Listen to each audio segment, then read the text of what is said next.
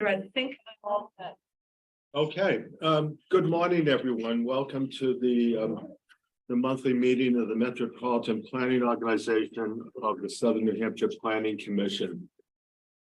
What we will do is, as we've done in the past, instead of doing a separate accounting of approval for minutes and a separate for roll call, we combine the two. Could I have action on the minutes of January 24th? Motion to approve. Is there a second? Second. Any corrections or omissions before we proceed? Okay, Sylvia? All right, Begin. we'll start with, All those in favor, please raise your hands. Yeah. Okay, and Sylvia will confirm that. all right, with Auburn, we have Paula Martzloff. Here. Yes. Bedford in-house, we have Charlie Fairman Here and yes. and Bill Jean. Present, yes. Let's see, online virtually from Chester, we have Deb Munson. Here and yes. Thanks, Deb. Derry virtual, we have Jeff Moulton. Here and yes. Thanks, Jeff. And in-house, we have John O'Connor Here and yes. and Richard Tripp. Here and abstain. Thank you. From Francistown in-house, we have Linda Kuhnhart. Here and abstain. And Gary Schneckenberg. Here and yes. And virtually, we have Alfred Eisenberg.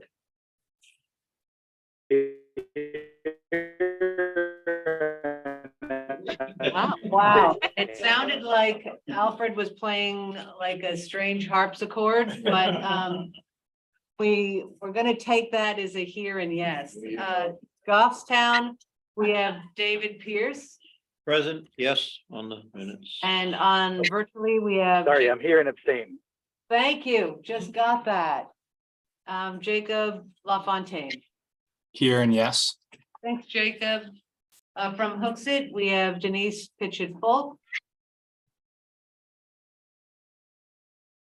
Just have to unmute yourself. Sorry, present, abstain. Thank you. Yeah, everybody has to unmute themselves. So Londonderry, everyone's virtual. Deb Levens, Present, abstain. Art Rugg, I am here and yes on the minutes. thanks, Art. Jeff Penta, Present and yes. thanks, Jeff, and Lynn Wiles. Here and yes on the minutes. Thanks, Lynn. Good to see you. Manchester in-house, we have Peter Capano, Here and yes. Ray Clement, Here and yes. and Don Waldron is in-house. Here and yes. And online virtually, we have Marcus Ponce de Leon. Here and yes. Thanks, Marcus. Let's see, from Wyndham here in the house, we have Peter Griffin Here and yes. and Ed Lapointe. Yes, here and yes. Have I missed anyone from our community? Yes. Ah, I'm present and yes on that. thanks, Brian. That's Brian Battaglia from Londonderry. That's virtual. Anyone else I missed? Okay, also voting member, we have William Rose from DOT in-house. Good afternoon and yes on the minutes. Thank you. Also, virtually, we have Bill Watson. Here but abstain. Williams taking our vote. Thank you. Just want to acknowledge you. We also have Wendy Johnson from DOT. And let's see, also a non-voting member, but just recognizing Ricky DeCillo from DES. Morning, everybody.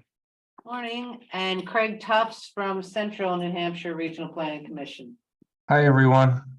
Hi, Craig. Good to have you. And we, of course, have a lot of staff, but I think we have some. We have some Guests? guests today from the Jerry Rail Trail Coalition. I hope I have your name correct. If you could just provide us with your names for the records. I'm Representative Pearson from Derry. Mark Samsel from Wyndham. I represent the Wyndham Rail Trail Alliance, working with Doug. And what we'll do is when Wendy finishes her presentation, we allow questions and then questions from in-house, virtual, and then you gentlemen will be able to ask questions. We also, Peter, have Dave Topham. Dave, could you tell us what community you're from? Yes, good morning.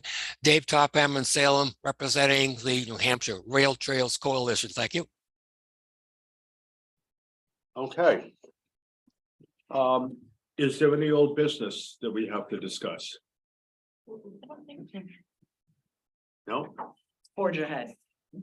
Okay, under new business, we have a presentation by Wendy Johnston, PE Project Manager for New Hampshire DOT on the Exit 4A project update. Sylvia, do you want to do a formal introduction? I'm gonna let Nate do that. Oh, I don't know that I have a formal introduction. After we had a question or two about the Exit 4A project at the last MPO meeting.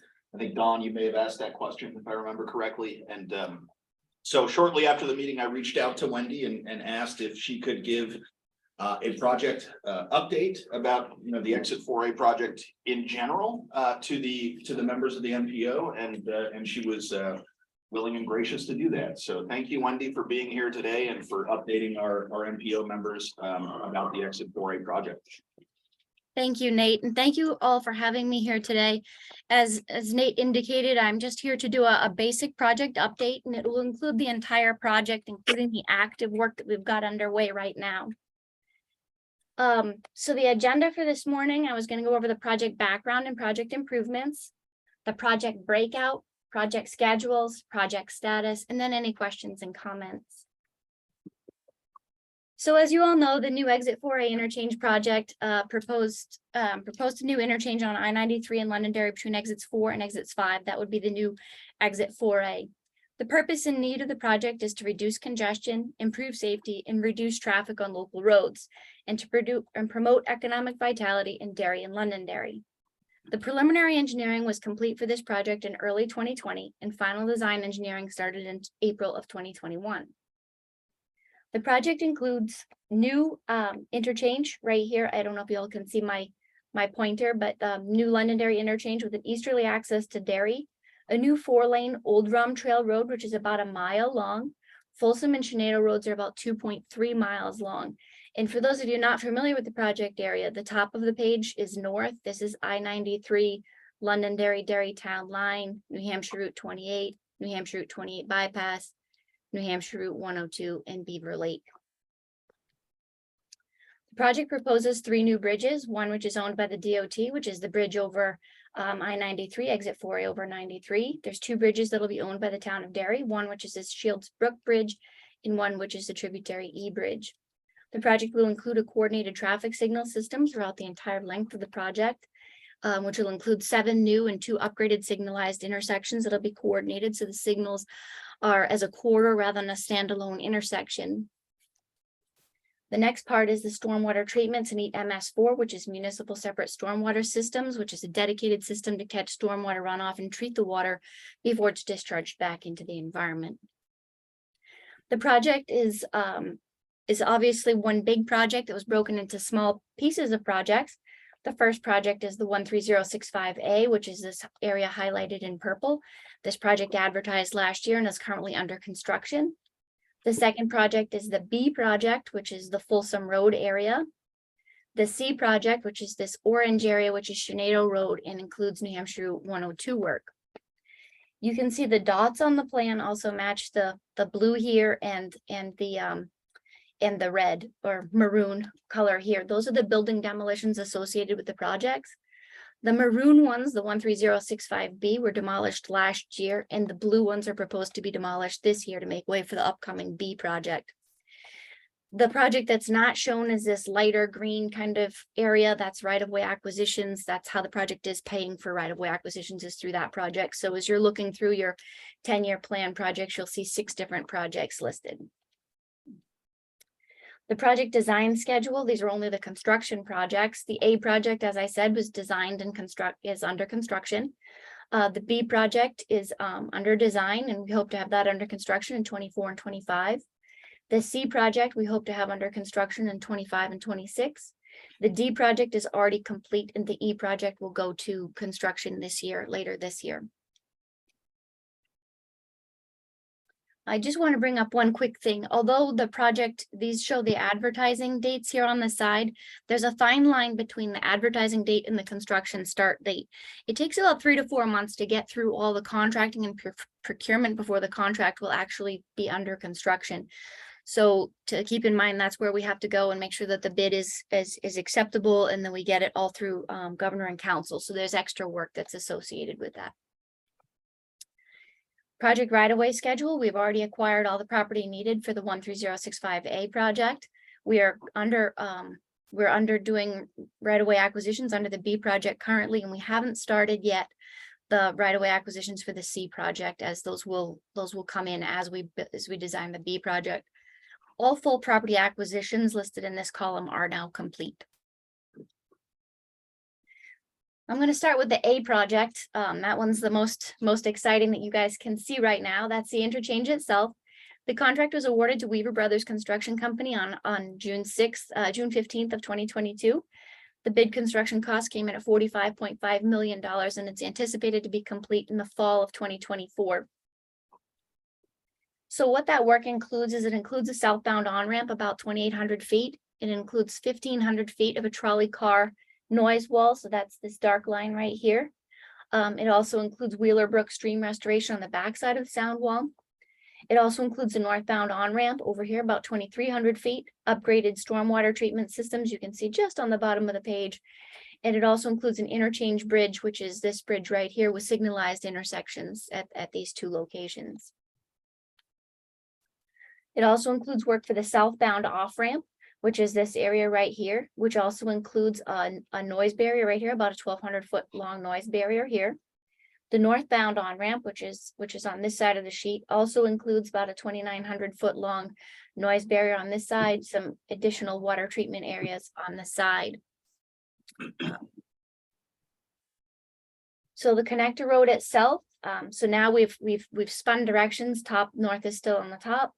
We have the signalized intersection of the northbound ramps right here, and then it proceeds towards the town line over here. This is Madden Road today. And these are the stormwater treatment areas that you saw just at the bottom of the page over here. We are proposing to construct an access road, 4-lane divided road all the way from here, all the way over towards Madden Road. The project will end just shy of that. It includes those new stormwater treatment basins. It includes relocated utility transmission corridor, and it accommodates 2 future intersections should development occur in this area. There is a connection here to Madden Road, which is only meant for construction or emergency access vehicles. So as you can see, in September of 2022, that's when we started to break ground. That's the first time we had equipment out there. The first thing they did was came in and they did some work to accommodate removal of the transmission lines in this area. So you can see by January of 2023, we've moved those transmission lines. We've started removing some of the rock. We've started doing some blasting, and we've started to actually create the roadway that goes through. We also started some work associated with tree clearing, ordering materials, and then as you get closer to the roadway, you can see some more visible work where we've done some rock removal with the blasting along here. And we've started to construct the northbound abutment for the bridge itself. So the B project, which is the next project in line, ties the interchange of Old Drum Trail to Derry. It has a new bridge over Shields Brook, integrated traffic signal systems, and enhanced capacity on Folsom Road. As I said, this ties the interchange into the Derry, It includes the reconstruction of Folsom Road and the side roads. It also includes some proposed stormwater treatment facilities. Progress on this one has been slope and drain was submitted. That's a 65% milestone in April of 2022. That's when we set the basic footprint for the project. We know the extent of the earthwork, the impact, as well as being able to fully design the drainage system and begin right-of-way acquisitions. So the right-of-way plans are under development. It started with the acquisition process in October of 2022, and we're currently working towards the 85% milestone, which is anticipated in June of 2023. You can see this project begins, like I said, just to the east of the Derry-Londonderry town line. This is that same Madden Road connection that we saw underneath the A project, except now it will be a formalized connection, but I'll get into that shortly. We have North High Street here. We have the other intersection. We have another intersection right here. We have New Hampshire 28 here. And so this is the Franklin Street, my mistake here. Pinkerton Road right here with some signalized intersection here. You can see we have some stormwater treatment areas here, here, and there's some down on some of the side roads as well. So to talk about the project in a little bit more detail, this is the same plan I just showed you here, just we're gonna blow up on the sections. So we have the section for the first section, we have the middle section, and then we have the east section. This is the west segment. We have Old Drum Trail, like I said, we've got the connection, the town line is right here. We've got the Madden Road access, which is coming here. These roads, Cell Tower Drive and Service Road, are actually gonna have real live names. The town is working on getting those approved. I believe they actually have names, we just need to have them gone through E911 to verify that they're acceptable. We're going to be doing some upgrades on Folsom Road. We're going to be installing a new bridge over Shields Brook. There'll be a rail trail extension, and then there's also going to be the road up here where this is American Excavating. We have 2 stormwater treatment BMP areas here, and then one towards the bottom of the page. And like I said, those 2 new town roads. You will note that you won't be able to get from North High Street to Madden Road anymore. That's going to be disconnected. So if you want to get to from North High Street to Madden Road, you'll have to come up, take a left at the signal, and take a left down onto Madden Road. The middle segment of the project also upgrades Folsom Road. You can see these buildings here that are in what I might call a candy cane pattern, that red stripe. Those are the buildings that we've already demolished or proposed to demolish under the active and proposed construction contracts. We also propose to do some upgrades to Franklin Street and Franklin Street Extension. There's also some stormwater treatment areas at this location, and then this is the area of the Derry Police Department. So continuing further towards the east, again, Derry Police Department is right here. This is the intersection of New Hampshire Route 28 and Shenado Road and Folsom Road. And so the C project will continue from the end of this project towards the east. We upgrade New Hampshire Route 28. We do some upgrades on Shenado Road. We signalize the intersection at Pinkerton Street in New Hampshire Route 28. We also have those stormwater treatments I just talked about. And also one that will be built underneath the 13065 C project. So the project, the progress for the C project. We're rehabilitating Shenado Road. There's a new tributary E bridge. We're signalizing New Hampshire Route 102 to improve traffic operations, and this will signify the last and final project along the corridor, so corridor completion. Right now, we're still doing data gathering, survey, and environmental data collection. We're doing geotechnical investigations and field program. Those are now complete. We still have maybe a few more borings left to do if necessary as design progresses. And then not if it progresses, but if it progresses to the fact that we need one. Preliminary design milestone was completed in December of 2022. The design is advancing towards slope and drain, which we expect in the summer of 2023, with a 2023 right-of-way acquisition start time. So the D project, that was the first round of building demolitions. It was designed, advertised, bid and completed in 2022. It was completed by Spears Brothers Building, Salvage, and Wrecking. The construction cost for that was $322,000. So the next project, which is the E project, is advertising, is anticipated in June of 2023. These will remove the final 3 structures that need to be removed as part of the project as separate structures. One thing you will note, there are some structures underneath the B project in this location that will need to be removed, but those are being removed as part of the B project. Those buildings are still inhabited right now. And that's all I had because I was under the impression that we were going to be doing just a quick overview of the total projects. So if you have any questions, I guess we can start there. Are there any questions for Wendy from inside the room? Yes, please. Would you provide your name, please? And Hi, Wendy. My name is Don Waldron from Manchester. So questions in regards to the rail trail interchange in Derry. What the original amendment from DOT was, what the new version is, and what the reason for the change was, and how that impacts things. So that's a great question. I don't know if you've been following the legislative hearings, but this is actually before them at this particular time. So I'm not sure how much time we want to get involved in this, as there has been extensive discussion there, but I'll give you the 2-cent tour. So the original project was, so if you have to go back to the environmental impact statement, which said that the department would construct a grade separated trail at this location. It wasn't a guarantee that it would be a tunnel or it wouldn't be a tunnel, but at that time they were proposing a tunnel option at that location.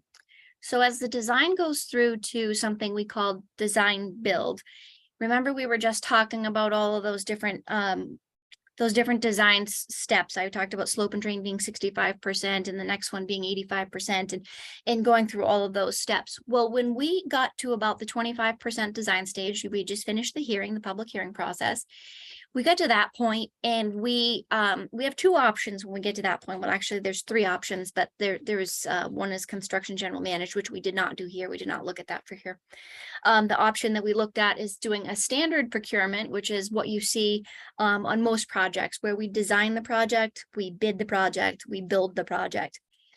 The other option is something called design build, which is what we do is we give the contractor and the design firm the ability to come through. And so they do request for proposals and they do all of that information and they come up with a proposal based on that 25% plan, which at that point, as you could see, we're still doing geotechnical work. So geotechnical work would still need to occur. A lot of your other work would still need to occur, but we give them that and they come through and there's three different teams that were on it at that time. And I can't get into too much information on the different design teams, but to say that their goal when they look at this is to provide the best overall possible package. That means the best design, the best cost, the fastest construction schedule. They're looking for any sort of way that they can come through and give the best product. And so what they do at that point is each team is allowed to go through and come up with different suggestions. And these are all confidential until we get through selecting one of the firms. And so each one of them adds their own bells and whistles to the project, if you will. So one of the design teams actually came through and their suggestion was rather than building one bridge at Shields Brook and building one tunnel over at the intersection with North High Street, that what they would do is they would combine those two structures to come up with at that time of a savings of about $1 million. It also expedited the construction schedule because they were able to build one bridge over two bridges. It streamlined traffic control because you're not having to bounce traffic back and forth, and also reduced right-of-way impacts. So at that point, the department considered that as part of their proposed package. As you know, we never selected a design build team. And so what happened at that point was, because it wasn't bid, we actually acquired all of the alternative concepts. So it's an alternative technical concept from all of the different firms. And so we included that in our project because at that time, the goal was to save as much time and money and right-of-way impacts as possible. We did coordinate with other individuals at that particular time. And that was the design that we had progressed forward with. So I think that answers your question. Are there any other questions? Any other questions in the room for Wendy? From those of you, those commissioners calling in, do you have any additional questions for Wendy? Yeah, could she review the actual design, I guess what they call the spaghetti loop for the rail trail? So are you asking to see some graphics? Is that what you're looking for? Yeah, I think that would give us a better feel for what's been proposed. Let me pull something up. I wasn't prepared for that because I wasn't told to prepare for that. I was just told I was giving a general overview discussion. So my apologies on the delay here.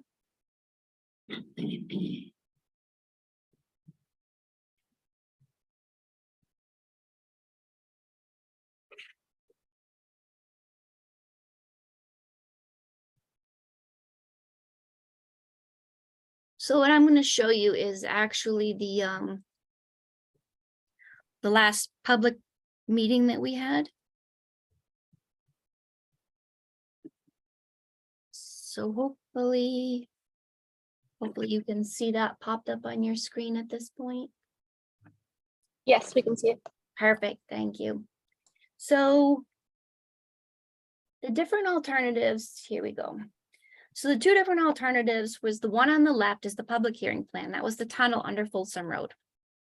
And so this graphic right here is the one on the right, is the proposed alternative, which is the rail trail at Shields Brook, which is a shared crossing. So you can see that right now, there's no existing trail to the south of here, so that's sort of so there's no, I mean, to the north of here. So right now there's a trail to the south, but nothing towards the north. So the original proposal was to come here, go down, go underneath the roadway, and then come on back up. And then this option takes the trail from where it ends today, extends the trail up, brings it around, and this configuration is slightly different now, and I'll get into that in a second. Comes up, comes around, goes underneath Shieldsbrook and connects back up. To be clear, and I want to go back to this first option, no matter what option is selected, there will be a pedestrian crossing at this location. This trail will still connect at this location, and it will still connect at this location. But in this alternative, what you have is once you get past that last driveway, you have to go underneath this roadway. So as North High Street stays at its elevation, this has to drop down below. This option had a 12-foot box culvert, and the one that was proposed later on was an 11-foot box culvert or an 11-foot clearance. But either way, there's an 11-foot difference just in the culvert itself, not the select materials that go over the culvert, between right here and right here. So there's a steep grade between these two. So this alternative does the same thing, and it brings it down that 11 feet, but rather than going down from this driveway and back up to this point, it takes it all the way around, comes underneath, and goes up this way. So both alternatives do have a grade down. There is a flatness inside or under the structure, and then it goes back up to meet the elevation on the other side. Oops. We heard complaints that the path grades were too steep, that the path curves were too tight. There was safety concerns. There was concern about potential flooding, that there were property impacts. It wasn't convenient, and it was too much cost. So since then, what we've done is we've changed this from a T intersection to a more of a Y intersection, so it's more fluid. That was since September. So the path grades, so we're kind of going to go towards that. So I'm going to hit each one of these points just as we had described them at the public informational meeting. The path itself is a 10-foot wide path. It has an 11-foot vertical clearance, the same as the tunnel option would have had. It is ADA compliant. It's about 1,500 feet long, which is about 1,000 feet longer than this alternative at this location. Its max grade is 4.96. The design is currently proposed softens the grade around this corner and widens this curve right here. We've also included enhanced signing and striping. This is what the alternative concept was going to look like at the time of the this is the package that came through as part of the alternative technical concept. You can see the trail was much closer towards these houses. And since then we've refined that. So it's closer towards the roadway, so that because these people were concerned about, having somebody in their front lawn. And so we've made those modifications. This is what the path would look like. This is just a rendering, obviously. And so there was concern about the travel time. And so whether you go from point A to point B and you use the green route, or whether you use the maroon route, they were calling it meandering or spaghetti or scenic, however you want to look at it, takes a pedestrian about 7 minutes to do the purple route, and a bicyclist about 1.3 minutes to do the purple route. If you use the crosswalk right here, and that assumes an average 1 minute delay at the signal, that signal could be no delay, or it could be up to 2.5 minutes, depending on when the pedestrian arrives at that location. It's 3.2 for the pedestrian, 1.4 for the bicyclist. In the hearing tunnel concept was a crossing of about 400 feet, and that's 1.9 minutes to the 0.4 minutes. The proposed rail trail actually starts and continues all the way from West Broadway all the way up through Rollins Street, Hood's Pond. And as you know, this travels through city streets right now that you guys have, crosses at the municipal building. So there are 90-degree turns already here. And then there's no trail currently to the north of this location. So the one thing I want to explain is everybody's been talking about the steep grade. And I think that some of the confusion resides in the fact that when we design things, we use a vertical scale that's exaggerated. It's 5 times the horizontal scale.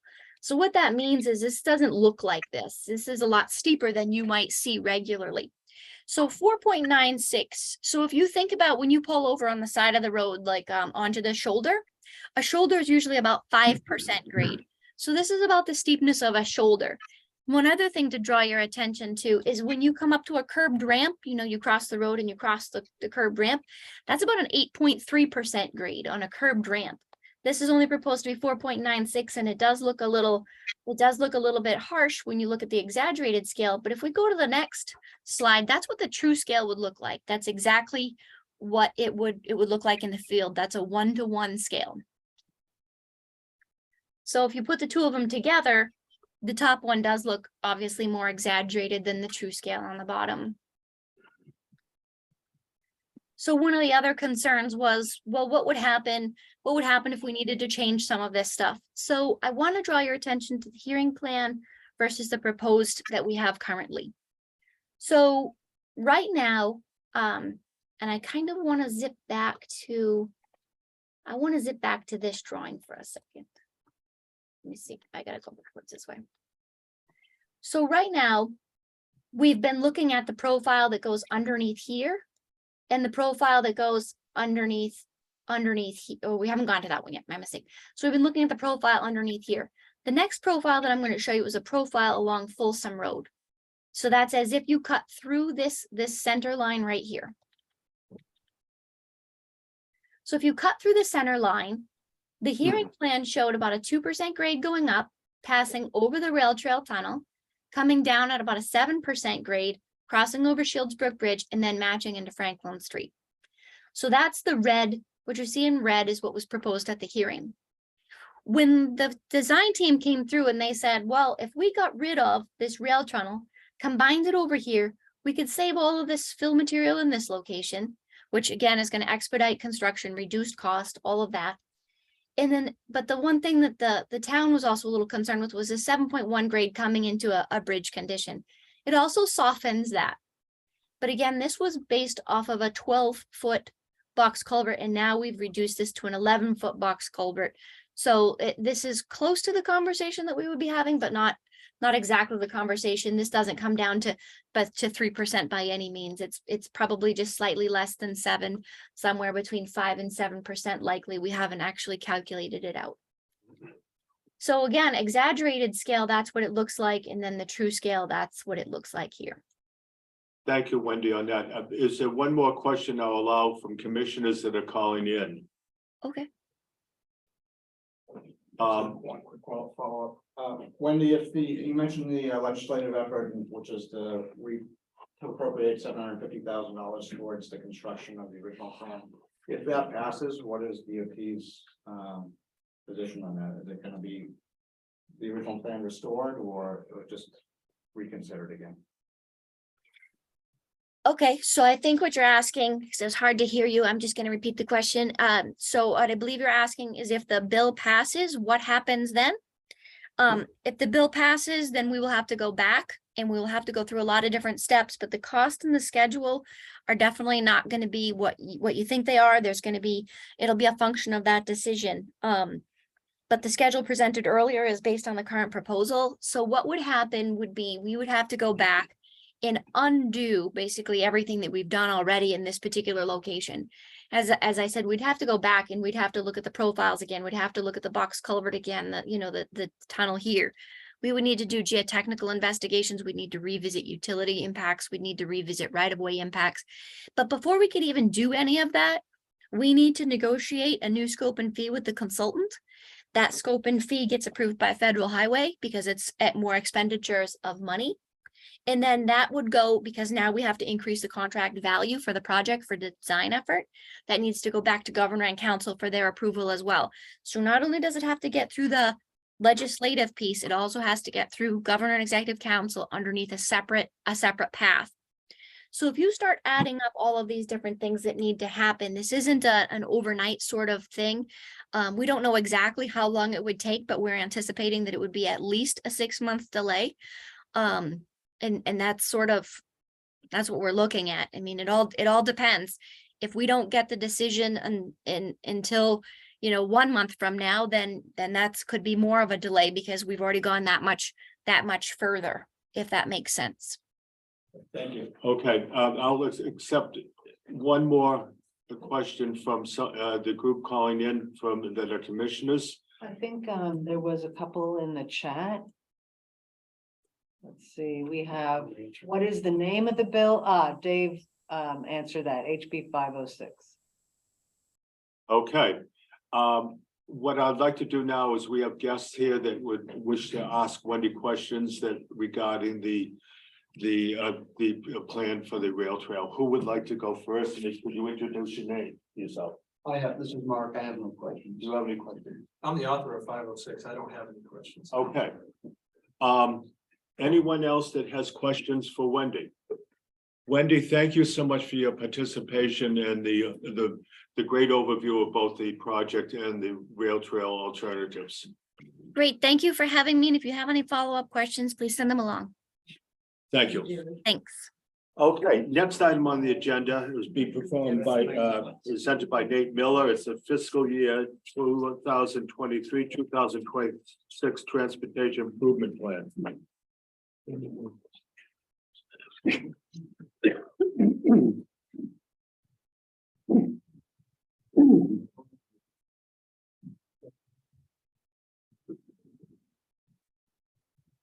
Can everybody see this both full screen, both in the room and online? Yes. Okay, Yeah. excellent. Thank you. Excuse me, could we get one of these lights turned off because it's a little glaring? I'll get it. Thank you, Peter. You're welcome. How's that, Richard? Good. Good, Is that okay. good for everyone? Can you see? Can you see? Okay. It's better. All right, so just as a refresher, we released our draft fiscal 23 to 26 tip for review and comment on January 19th. We did a detailed presentation, perhaps too detailed for some people back at our January 24th meeting. We had a 30-day public comment period, which ended at the close of business yesterday. We received a set of comments from New Hampshire DOT.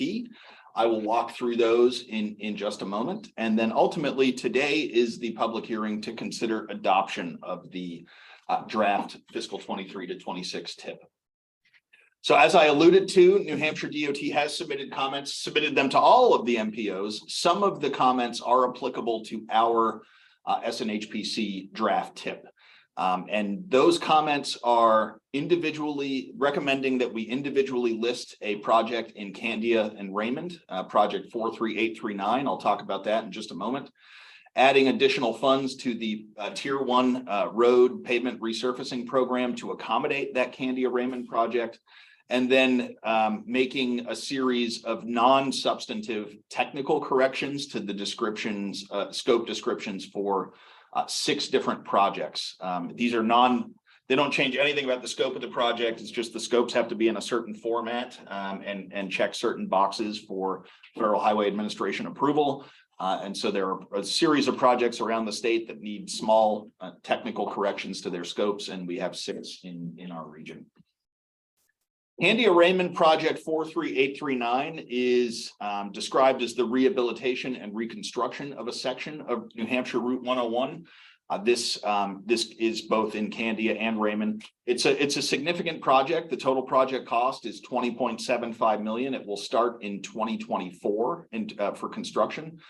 And the reason for this is that portions of this section of 101 are going to end up requiring reconstruction rather than just resurfacing.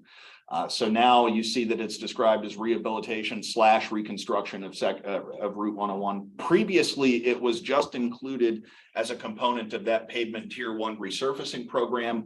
Now this project is going to be funded by 2 different programs.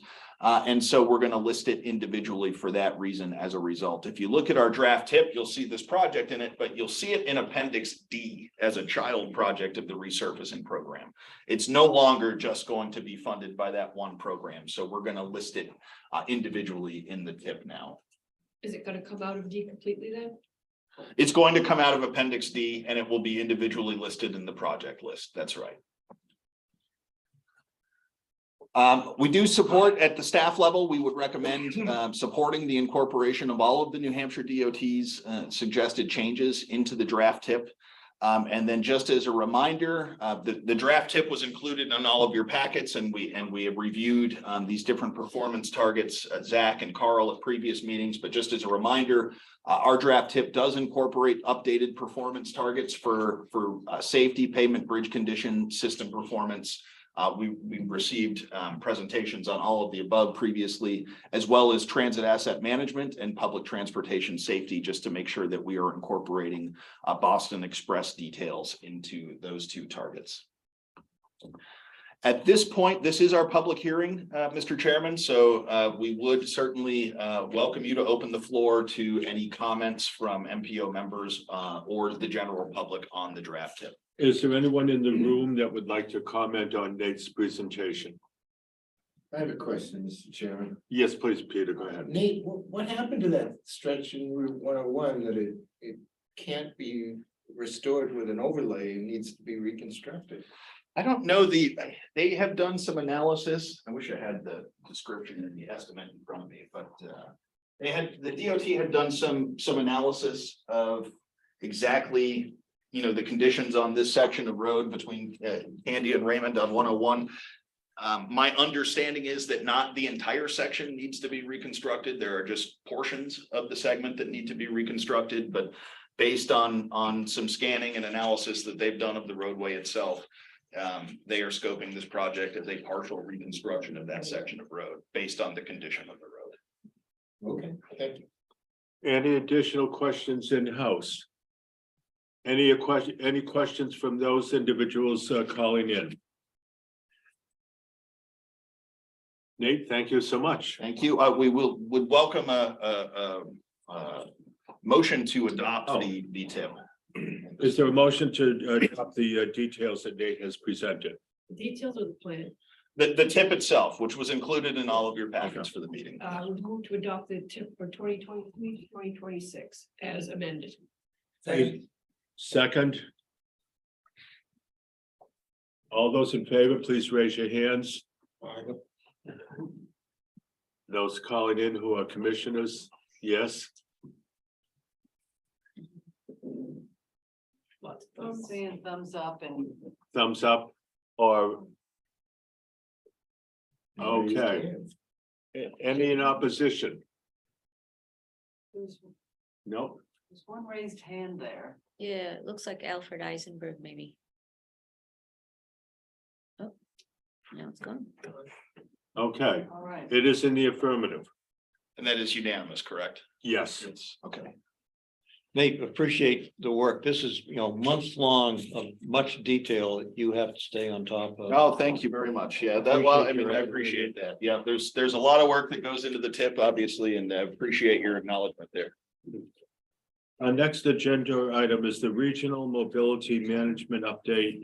Presenter will be Benjamin Herbert, Mobility Manager. Thank you. Can I have screen sharing permissions, please? Yes. Also, how do I sound? You sound good, and you're a co-host now. Sweet. All right, is this looking correct? Is it in full screen? Yes. Awesome. So thanks for the introduction. As mentioned, my name is Benjamin Herbert. I am the mobility manager for Region 8, which is the greater Manchester, Derry, and Salem area. And I'll just provide a general update of what I've been doing since I've last met with all of you. So just a refresher, mobility management can be defined in three ways. It's a customer-based approach to connecting riders to transportation services that fulfill their essential needs, whether if it's medical appointments, grocery shopping, employment, recreation, leisure, etc. We are also facilitators for coordination. We look beyond a single service to rather a family of services where the network works together to bring coordinated transportation options that meet a community's needs. And we can also kind of be described as a social worker for transportation because a lot of the work we do is direct with disadvantaged populations, which includes older adults, individuals with disabilities, veterans, low income, etc. And then this is the region that I serve. This is Region 8. It's similar to Southern New Hampshire Planning's region, but there are some differences. For example, Francistown is not a part of our region. Francistown is a part of Region 5, which is Southwest. But I do cover towns of Raymond, Sandown, Danville, Hampstead, Atkinson, Plastow, and Salem. As mentioned, there's 8 regions throughout the state, and every region has a regional coordinating council. These are made up of public transportation services, social service organizations, volunteer driver programs, as well as like town representatives and town services. And this is sort of where the coordination aspect comes into play. In fact, the RCC is meeting on the 28th of February, and they're actually holding a public hearing on expanding CART's services to later hours on the weekdays, as well as weekend services or Saturday service. And this would be a pilot project too. RCC meetings are open to the public and they welcome everyone to attend and to voice their opinion, as well as to provide additional input. So I'll just also go over some of the outreach work that I've done. For instance, I've developed a brochure that kind of highlights key transportation services within the region that people can have with them so they have an understanding of what they can use. Something like this would be distributed at sort of community hubs like libraries or senior centers. I've also developed a quarterly newsletter that goes out every 3 months. So the next one would actually be next March. And this kind of highlights both the work that I'm doing as mobility manager within Region 8, and it also highlights everything else that's happening within the community transportation realm, so to say. I'm always looking for new content and new things to talk about. So if anybody wants to pitch something to me, or if you want to start receiving these newsletters as well, let me know. And then I've also done some website content too. So for example, someone can go to our website, they can click, I need a ride. And all they have to do is fill out this form that asks for like their name, contact information, date of ride, and the purpose of the ride too, if it's a medical appointment or grocery shopping. And when they fill this out, this form will get sent directly to me so I can get notified that someone's in need for a ride, so I can reach out to them and provide them with available services.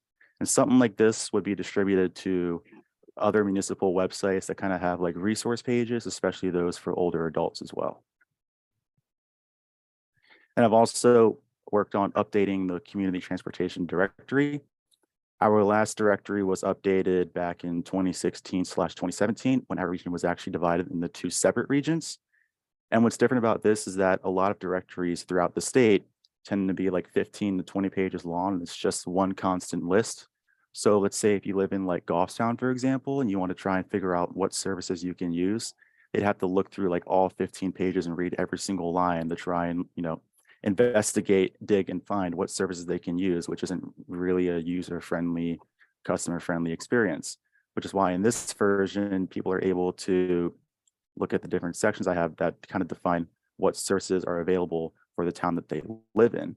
So it adds more page length to this directory versus other ones, but in terms of actual, I guess I'd call it page mileage that people have to use, it's much less and it's easier for people to utilize. And there is a purpose to all this outreach. This is something that I did with the Londonderry Senior Resource Committee. They held a Londonderry Senior Expo back in October, and I attended, and I kind of both provided materials on available transportation services that people can use, and I also surveyed attendees on their transportation needs. Questions was if they've considered using transportation options, why haven't they? And the most common answer was they just don't know any services they can use, which to me says there is a clear demand for more outreach efforts and more education so people understand that, yes, there are services you can use. And in fact, all this outreach is actually working. Since starting, I have worked directly with 14 different riders to help them get connected to transportation services. Just recently, an individual reached out to the Manchester Health Department because they need transportation to get their COVID booster. And Manchester Health actually heard of the work I did through the Londonderry Senior Expo. So they reached out to me to try and coordinate getting them a ride. So I reached out to Caregivers New Hampshire, which is a volunteer driver program that serves homebound seniors. And they were able to fulfill the rider's needs and provide her a ride to a clinic, which I also coordinated because I found one that had free walk-in times, and they also provided me what the best date and time was. So there was flexibility allowed, and she was able to get her booster. And then I had another individual who lived in Sandown who was looking for transportation all the way to Boston for medical appointments. And when they reached out to Easter Seals, they aren't able to provide, they don't serve Sandown and they don't provide rides that far down. But Easter Seals is heavily involved in the RCC, so they reached out to me to help this individual find rides all the way down to Boston. And Sandown actually runs their own volunteer driver program. So I was able to get this person in touch with Sandown, as well as the American Cancer Society's Road to Recovery program, which is another volunteer driver program. And they were able to have some of their rides fulfilled to get down to Boston and back, which was alleviated a lot of the stress that the family was dealing with as well. So it just shows that, you know, when you help one person, it's not just one person, it's the people around them that are caring for them as well. And 14 riders in 6 months, this has kind of been growing. So it used to kind of be like 1 rider per month, and now it's been more around like the 3 riders per month area. I think for now, I'm trying to get it to at least 1 person a week reaching out to me and trying to find transportation so I can help them. So as I look into the future, I think about what connections I've made throughout the region and what connections I can make in the future. So this is kind of a rough idea of like where I've been throughout this region and like who I've been talking to. And this includes, you know, transportation providers, libraries, senior centers, social services, as well as immigrant services, refugee services, and advocacy groups as well. But there's still a lot more to be done in terms of making connections. This is kind of an idea of what my future connections would look like.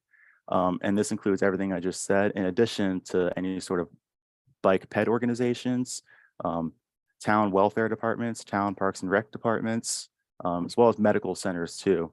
It is a big problem where people have to be brought to a medical center, but they don't have the means to transport themselves back home, and they're kind of left stranded there. So that's a problem worth addressing.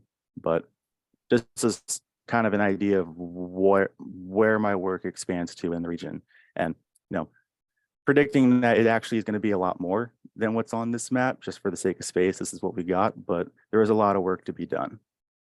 And I also think about the work that other mobility managers have done throughout the state.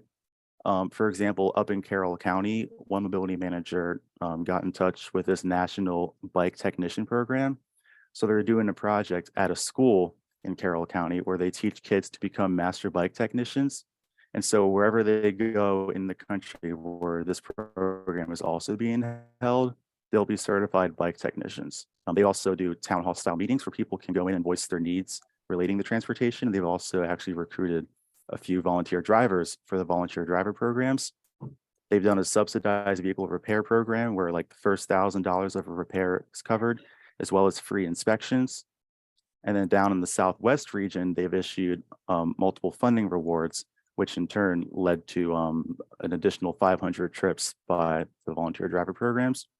And they've also done some recruitment for volunteer driver programs as well. They were able to go from 30 to 60 drivers, which in turn led to an increase from 222 to 324 riders. So as we talk and we discuss with each other things that we're doing, this is kind of what I absorb, and this is kind of what I hope to accomplish in the near future. And the bottom line is the work I do kind of comes down to who needs a ride and how do I get them rides. So what I want to see is more riders. I want to see more services available, and the time to act is now, because New Hampshire is only going to keep getting older. There's going to be a higher demand. So we got to get creative, and we got to find our solutions so we can make sure there's transportation for everybody so we can meet their essential needs. And on that point, are there any questions, comments, or discussions to be had? Any questions in-house for Ben? No, but I think it was great that you put all the town's resources in one labeled paper, because that was like the greatest simple idea that nobody had come up with yet. I thought that was great. It's simple because the town Well, said, yeah, but it makes so much sense and nobody had done it. I hate going through 50. you want when I don't sense made? Yes. Anyone calling in have questions for Ben? Ben, I have a question. I live in Windham. Have you had any discussions with anyone in Windham?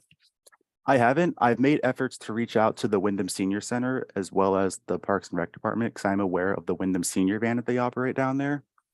But it's been mostly dead ends for that, but I am still, working on making connections down there.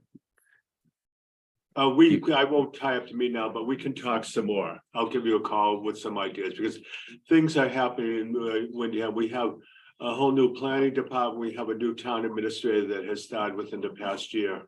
And things will be changing, I expect, with the senior program. So we can Okay. talk about some more.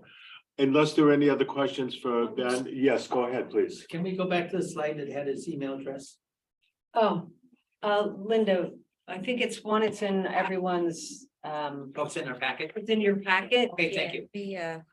Just be. And what I Herbert at recommend is if SNHPC.org. you can distribute this information to your respective points people in your communities to make this aware of what's going on, even though your towns might not be a part of the program, it will give you an idea of what's happening outside and maybe system and future planning for the needs.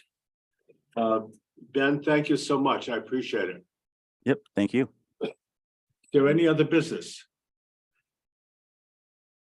Okay, could I have a motion to adjourn, please? So move. Is there a second? Second. All those in favor, raise your hands, please. Thumbs up, however you want to. I think it's unanimous. Okay. I want to call to order as the Southern New Hampshire Planning Commission. Could I have action on the minutes of January 4th, please? Motion to approve. Is there a second? Any corrections or omissions? Exactly, the lights. This part, yeah. Who was the second on that? Gary or. Oh, okay. I was thinking we're gonna need candles and wine pretty soon. That'll get people into these meetings. It's the second part of it.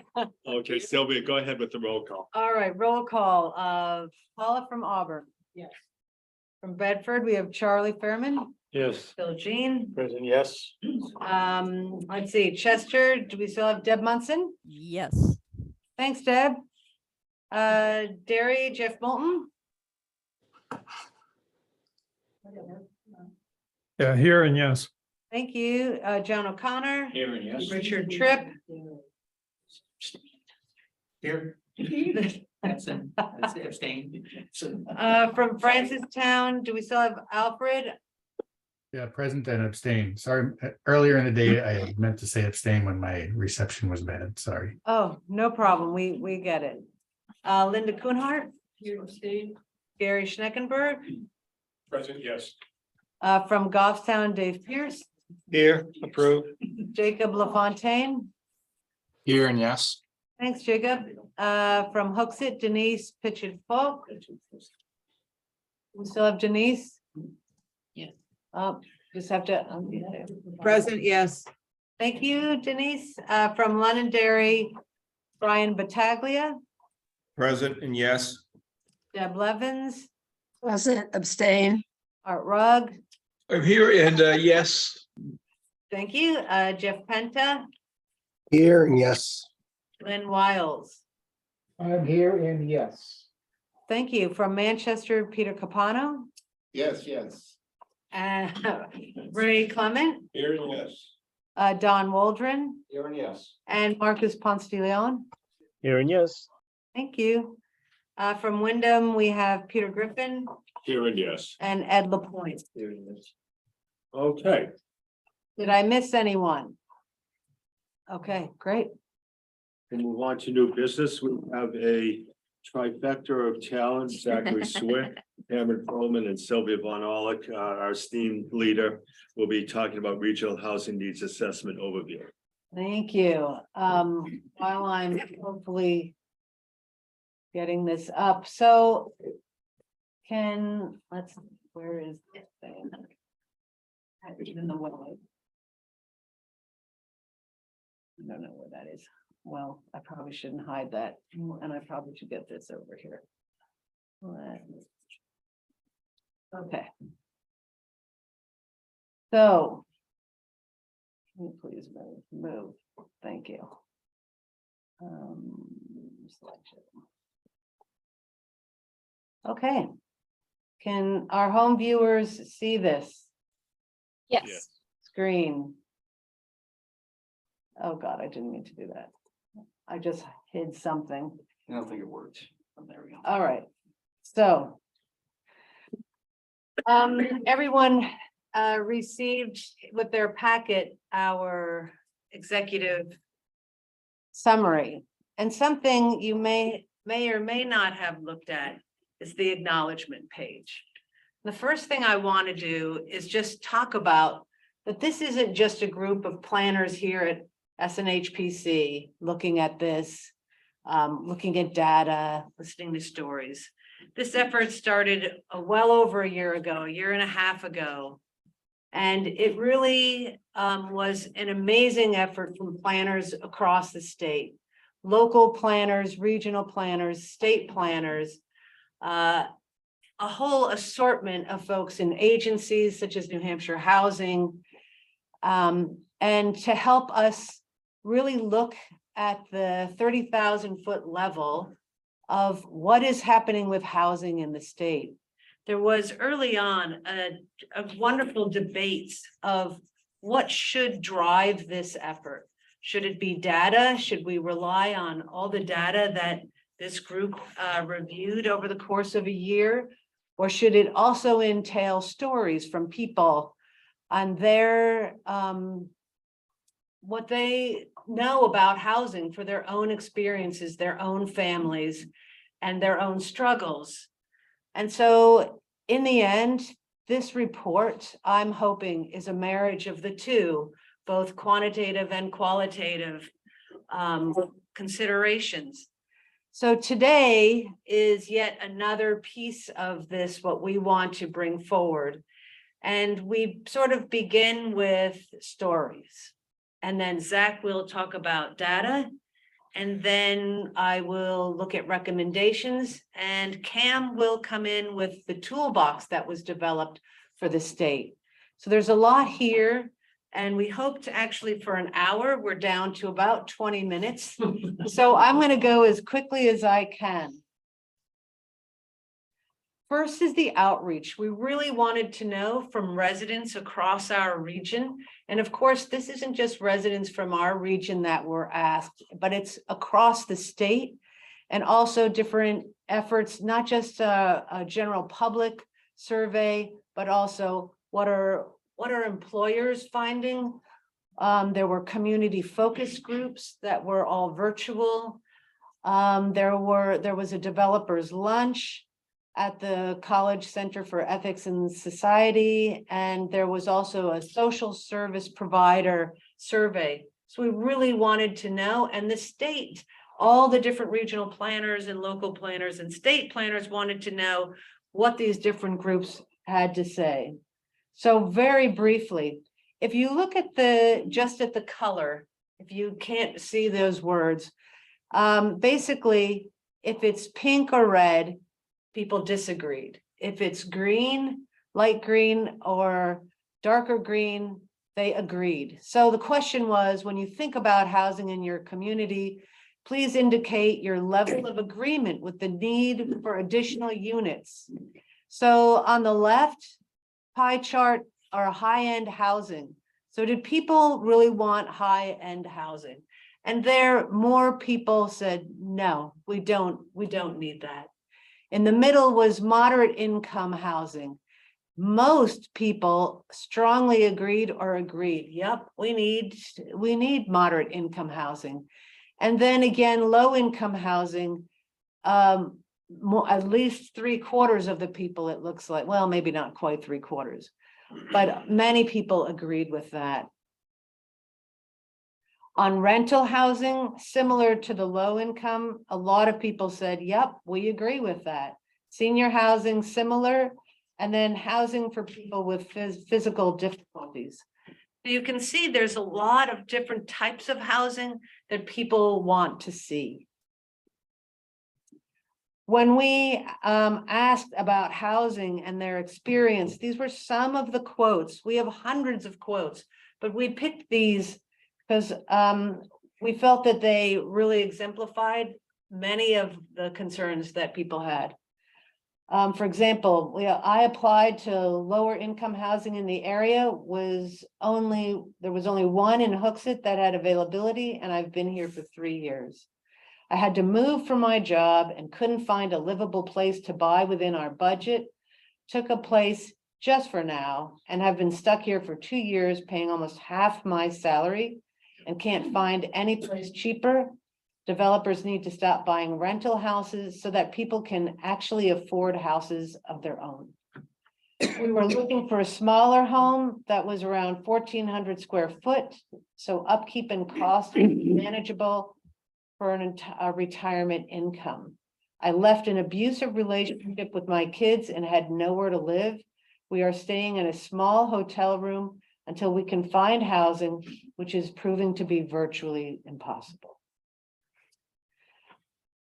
So now let's look a little bit of the demographics of our communities and how they have changed. So you can see the communities listed on the left from Auburn down to Windham, the region, SNHPC, and then the state. And in 1980, if you look, do I have my mouse? Yeah, 1980, minors per household, about one on the average for the whole region was 0.81. And some communities were higher, around 1, and some were lower at like 0.71 in Francistown.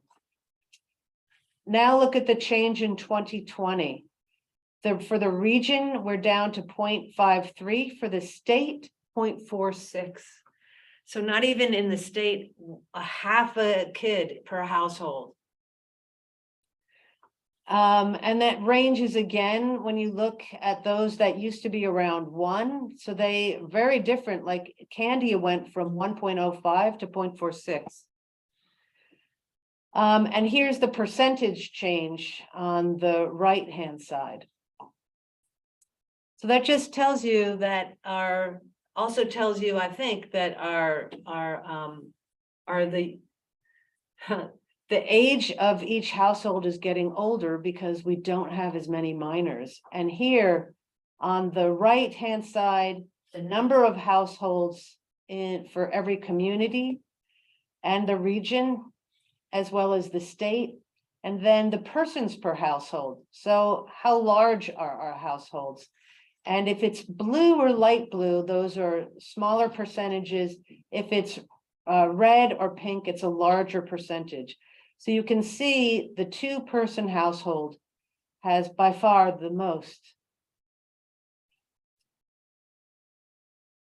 And I know this is jumping dramatically, and so you might have questions as you go, but we can always save those for another time, and I'm happy to hang out for commissioners afterwards.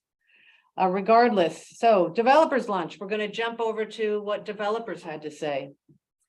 They made a statement that there were barriers to the missing middle housing. There's a lengthy timeline for getting approvals at the local level.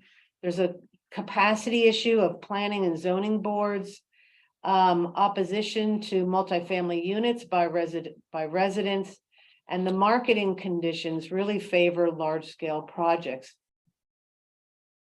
Social service worker survey, a couple of things that stood out to us, that 78% of the social workers said that the demand for housing units greatly exceeds the supply. And a similar number said the number of people facing housing challenges has increased. Housing burdens. So this is technically, if you look on the right now, what the data says, so a household, you're housing burdened if you spend more than 30% of your income on housing. So the numbers for Auburn here, so it's like 27% to 33% in Candia, Francistown 18%, the region 31%. But when we asked people in the survey if they felt housing burdened, almost half of the people said they feel housing burdened. What we heard from employers, 65% of the employers said housing near my business is very limited. And a similar number said housing supply shortages impacts my ability to attract or keep workers. In our community focus group, we heard that housing is needed for visiting professionals, who work at places like Parkland Medical Center and Dartmouth Hitchcock. The community focus groups, this is 3 quotes we had.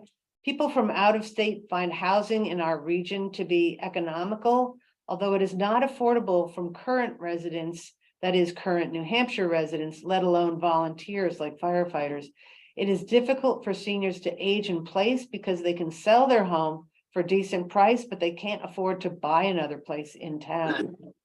The public is in need of education surrounding low income and workforce housing, as well as debunking myths about density.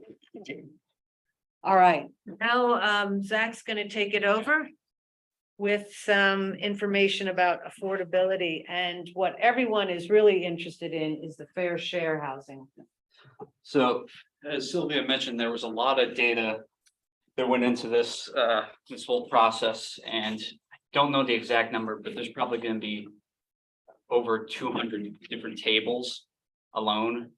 Not in the main documents, but there will be in appendices. We're going to go through all of them right now.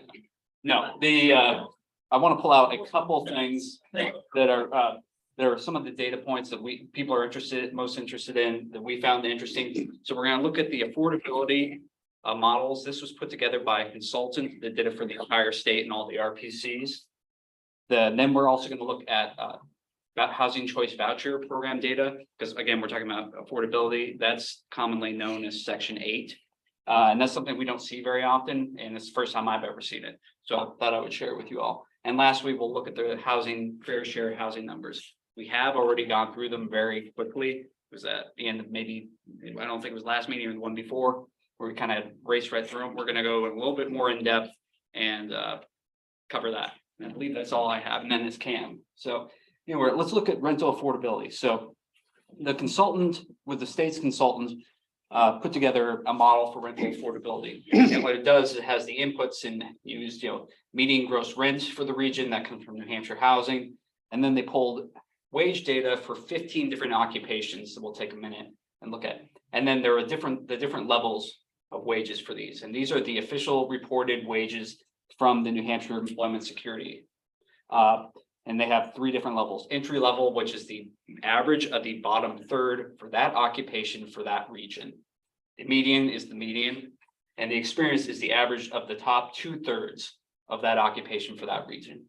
And then for this, we assumed one wage earner households, and households are causing, and your housing cost burden if you're spending more than 30% of your income on housing costs. And the result is kind of something it would look like. So here we have 3 different levels, or 3 different columns. We have, entry level, median, experienced, and then we have, is housing affordable for you at that level? It's either yes or no, and then if it's the difference. So example, on the first column there, registered nurses and engineers can afford the median based on an entry level wage. And so the engineer there could afford $250 more if they wanted to. And so if we go out, you can see that, by the end, we look at, for the experience, the police officer, the registered nurse, the electrician, they're all be able to afford it. But there are some, lots of people that still can't, whether that's an assembler and fabricator, childcare worker, office clerk, they're still not be able to afford that. Next, we look at home affordability, and it's a similar thing where we want to look at whether they're different occupations or housing burden. The housing ownership is much more complicated because it depends on your mortgage and all those sorts of things. So there are a bunch of other assumptions that have to go into it. One, we assume that it's actually 1.5 wage earners per household, because if you're a homeowner, typically there's 2 of you and one of you makes more than the other. The interest rate is 5.5. We said, well, for this, we're going to do a down payment of 30%. If you actually look in the appendices, we do different scenarios where, 10%, something like that. So you have to make sure that you pay attention to the different assumptions. And then 40% of your overall payment is going to other things besides the mortgage, whether it's utilities, whatever. And here it's the same thing where we have entry level, median, and experienced. And you can see that, nobody in that first level, that first entry level is able to afford the median home price. By the time we get to median, nurses and engineers can, and then for experienced police officers, registered nurses and engineers can. The electricians are really close. They're $6,000. The difference here is this is different from, it's not showing the monthly payment, it's showing how much, what's the price difference between the house you could afford and the median household price. So, the assembler could afford something that is $220,000 less than the median home price. Then we're going to switch over to Housing Choice Voucher Program, commonly known as Section 8. So there are two large housing authorities operating in our region: New Hampshire Housing Finance Authority and Manchester Housing Redevelopment Authority. There's also Derry has a housing authority, but it's volunteer and they only have about 100 households in it. And I was not able to get information from them. But on the right, we have, on the left, we have New Hampshire Housing and then Manchester Housing Redevelopment Authority. And then Housing Choice Voucher Program, Section 8, waiting households waiting for application. So statewide, New Hampshire Housing has 11,000 households waiting to join the program. Manchester Housing Redevelopment Authority has about 4,200. If we look at those who have been accepted, but they haven't been able to find an apartment that will take their voucher, about 470 statewide from New Hampshire Housing are still looking, and about 130 for Manchester Housing Authority. And if we look at the people that have actually made it into the program and have a home and are paying for with the voucher, the housing, there were about 4,100 for New Hampshire Finance Housing Authority and about 2,100 for Manchester Housing Redevelopment Authority.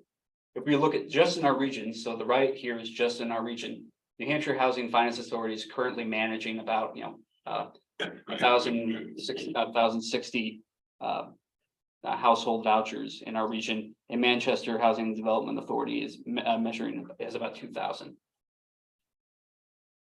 And now, this is information just for New Hampshire Housing Finance Authority, because they provided stuff on types of the type of housing, the number of rooms and stuff. So you can see, they have about, and this is just in our region, there are about 1,000 units in our region. The average gross rent is about 1,330, and the average number of bedrooms is 2. So we're not talking about studio apartments here. We're talking about two bedroom apartments, even the high rise with elevators. So that's going to be something, we don't have too many buildings like that, but even that, it's 1.5 people. There are 45 single family detached homes in our region that are currently using this program, and they all have they have on average 3 bedrooms. Next, we're going to go to the fair share housing model. As I mentioned before, we already covered this. The root policy has now given us the numbers, which we are now wrapping into the regional housing needs assessment. And this is to help municipalities better understand their responsibility under RSA 674:59. This is some text from there and to help you explain some of the numbers I'm going to show you later. Ordinances and regulations shall provide reasonable and realistic opportunities for development of workforce housing, including rental multifamily housing. Reasonable and not realistic opportunity means opportunities to develop an economically viable workforce housing within the framework of a municipality's ordinance and regulations. And what is affordable? Well, for workforce housing, it's intended for sale. So homeowner, it's 100%. It needs to be 100% of the median income for a four-person household. For rental housing, it's 60% of the area median income for a 3-person household. So those are the 2 thresholds that we're going to do. And what's that come down to? Well, up here you can see that the SNHPC 100% 4-person AMI is about $91,000. For the 60% 3-person, it's just under 50,000. So what goes into the fair share model? The consultant divide, there's a lot of fine tweaking, but 95% of it is driven by 2 of those. 1, the population growth that comes from the official population projections, and 2 comes from the employment growth from the New Hampshire Employment Security Office. They're both weighted equally. They go through, they look at the current makeup of the town, whether, how much was by tenure, whether how much is rented, how much is owned. And then they also look at vacancy, and they try to push it towards 3% vacancy for owner occupied and 5% vacancy for renters. And in the end, we get the fair share numbers, which are cumulative units by tenure and income and affordability. There's also some constraint flags in there that they tie in for if you want to look at whether what's possible in your town. But the main meat of it is the fair share numbers themselves, which are these. And keep in mind, these are cumulative. So it's not that by 2030, between 2025 and 2030, Auburn has to build 262 houses. They have to build, or they should allow 262 minus 142. So keep that in mind as these numbers go on. And for the fair share numbers, it's not that the one thing that if you actually read the model, it's not to say that the town has to do this. It's that these are guideline numbers that the town should allow if a developer comes in, somebody wants to. So it's not that the town needs to go out there and build all these units. It's that if the scenario arises, we should accommodate it. And so these are just the actual numbers themselves. And but they rise really quickly in the beginning due to population and the fact that our vacancy is so low. And then as population starts to decline out in later years and the vacancy is more balanced, it slows down. So here's when I'm talking about units per income, by income. Here is all the region, and this is the cumulative net new owner occupied housing units by income. So this is only owner occupied. Again, I'm going to pick on Auburn because they're first here. So between 2020 and 2025, the fair share numbers has them building 97 total owner occupied units. Of those, 23 are affordable to people making below 100% the area median income, and 74 above. And you can see it keeps building on again, this is cumulative, and so by the end, you're building most of the houses by 2030, you're building most of your units by 2035, and then it really starts to slow down. Now, if you noticed on that last slide, it said for the new SNHPC region, it said 20,000 units by 2050. And that sounds like a lot, but we have to keep in mind of what we were actually building before. So this is the chart where we have the average annual new net housing units. The historical is what we actually built in each town every year on average. The projected is what's in the fair share. And so you can see places here like Auburn was over their fair share numbers are actually in line with the last decade and previous decades. Same with Bedford here, it's 100 units a year, which is more than the 60 they built the last decade, but the preceding decades they built significantly more. So in all these, if we look at the percentages, talking here for the region, about 1.1% annual growth. Well, that's actually what we saw both in the 90s and the 2000s. So these numbers are big, and they might seem big based on what we built in the last decade, and because most of us weren't building anything, but they're not unheard of. They're in line with previous decades. And I believe that I'm done, so it's up to you.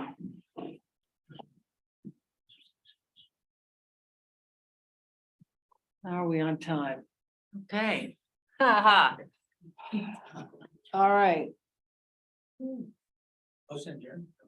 So there are a few more slides we want to get through, but one we definitely wanted to talk about recommendations.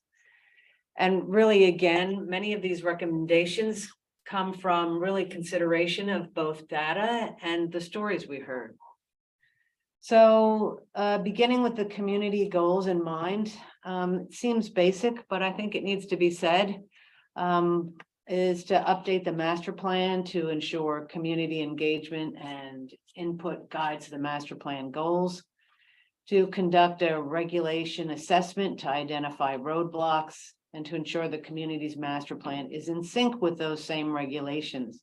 Now, many of you, or four of the communities in the area have worked with us and on the HOP grant, which is the state's new program.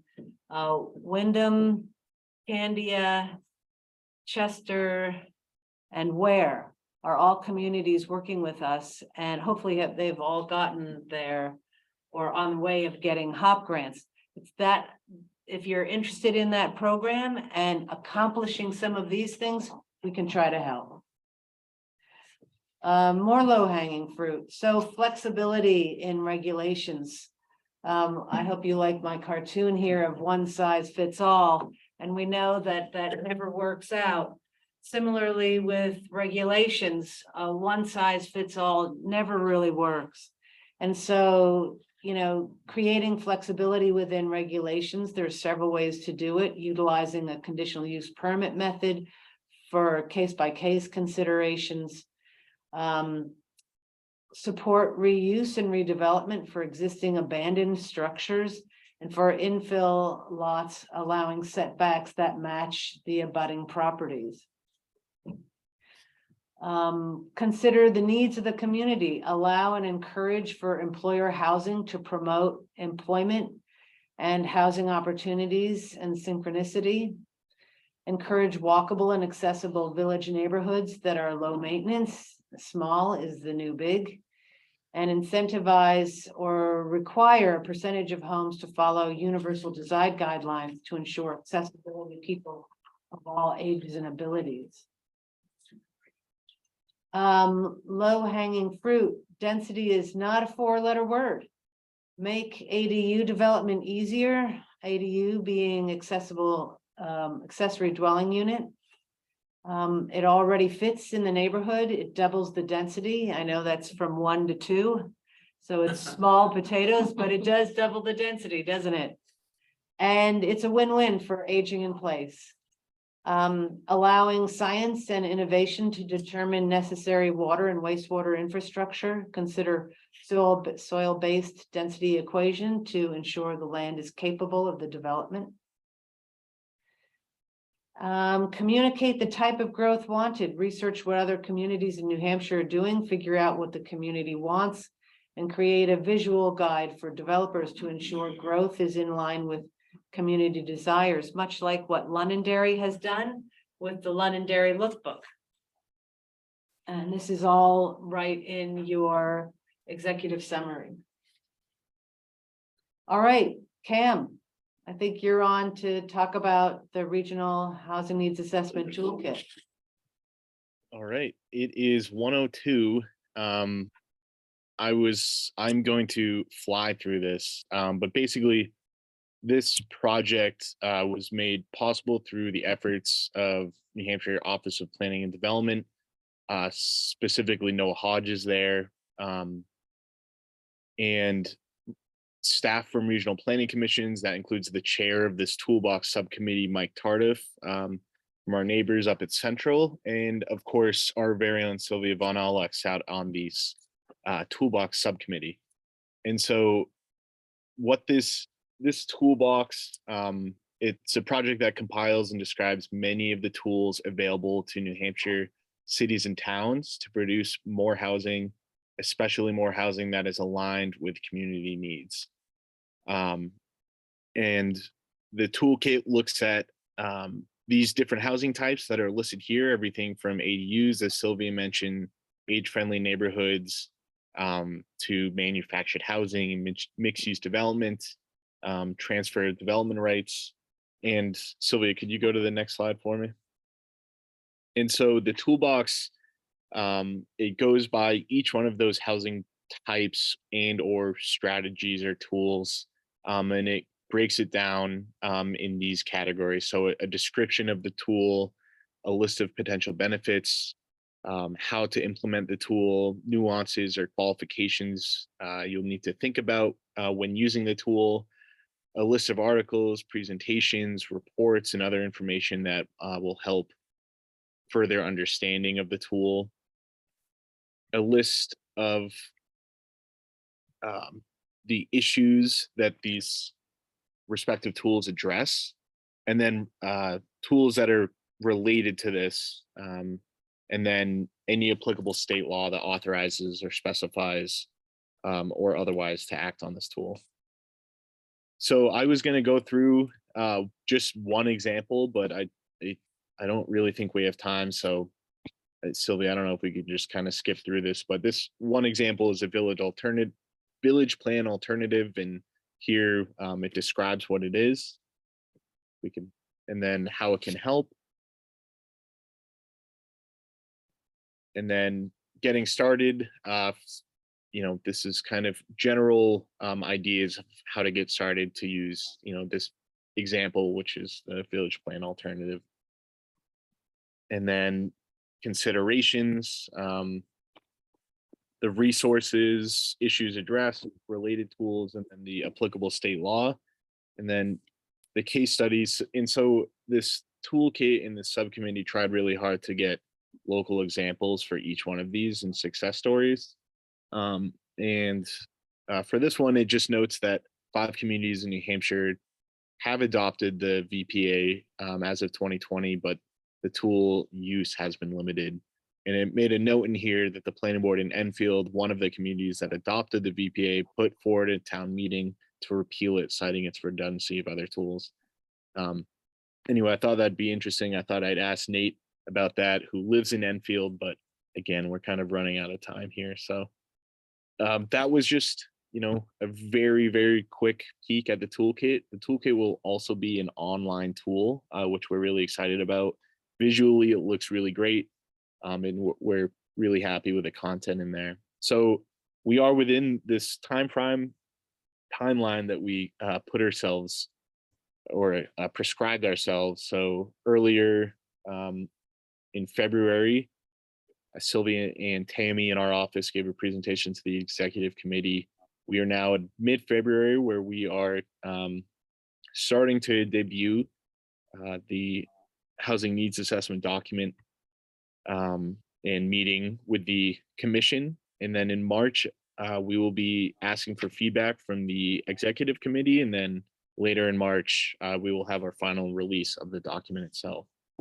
So any questions, I'm happy to stick around and talk about this. And I can also come into the meeting room and speak with anyone who has questions directly. But yeah, I want to thank everyone for their time, and thanks Sylvia and Zach for going over the other stuff that we talked about today. Any questions from those of you that are calling in? Okay, any questions for those of you in the room?